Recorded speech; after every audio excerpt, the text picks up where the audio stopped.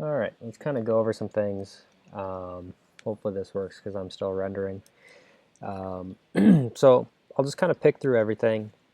You're making progress, but we still kind of need to, like always, pick things up a little bit more.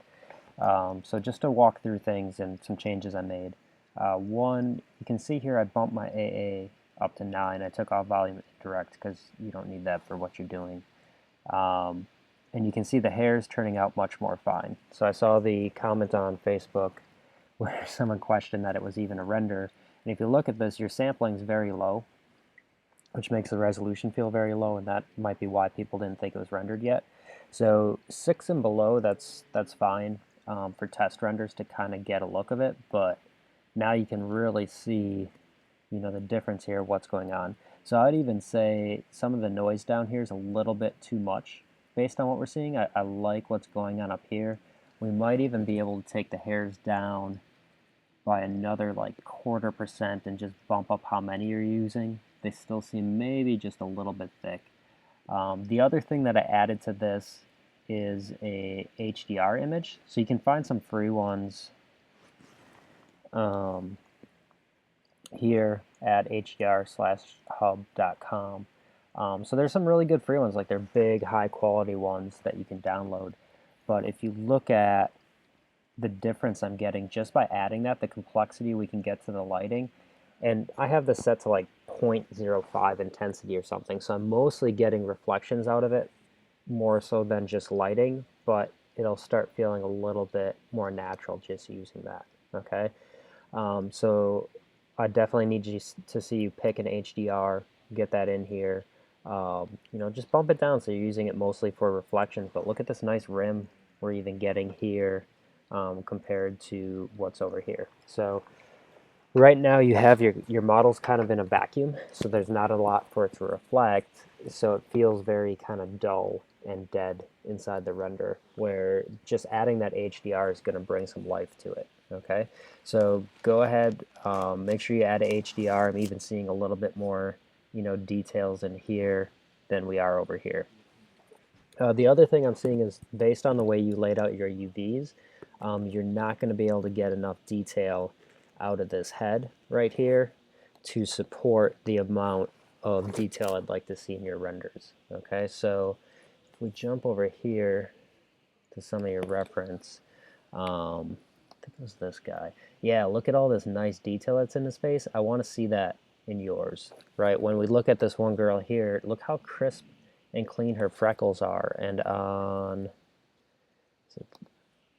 yeah, this one, look at the veins, that we're getting there too. So it's holding all this detail, but they're only using a UV map on the head for these, and then they're probably using at least a 4096 as far as texture map just for the head.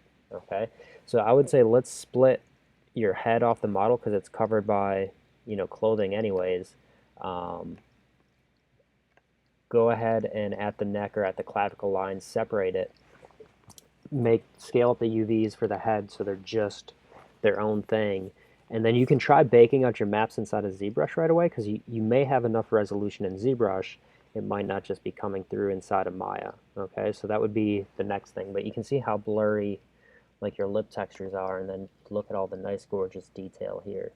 So again, I think if we can make those maps a little bit more crisp, that's going to help sell this as well.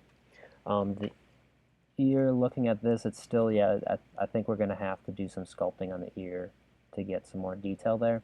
And then the eyes, I'm still not, really feeling the eyes. So if you look at a lot of these, like they're not as bright and crisp, and just that very, you have a very saturated blue that you're using.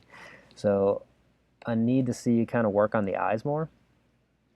So if you want to either show me what tutorial you were using, or else meet up with me and talk me through what you're doing, that's fine. But we definitely need to work on the eyes more. And then the eyebrows, they're looking better, but they still don't feel natural. So look up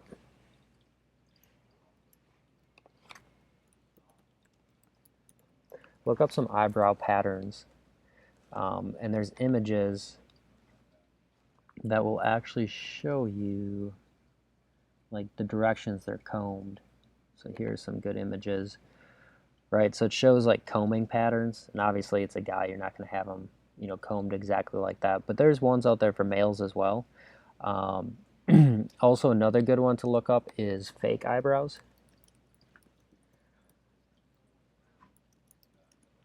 Look it up for men, and then obviously these are made to just stick on, but you can see, you can look up some pretty standard combing patterns that are used for fake eyebrows, and that might help you as well to kind of see what those are.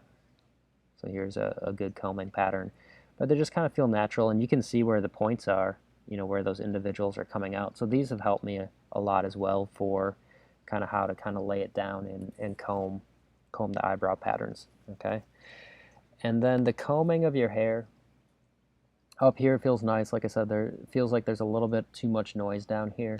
I mean, I would definitely say you're not matching the references that you put in here. So this has like these nice big kind of clumps coming through.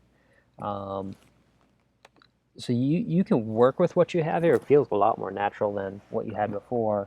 I would just work on, maybe breaking this up into a couple more clumps, maybe reducing the noise towards the bottom half here.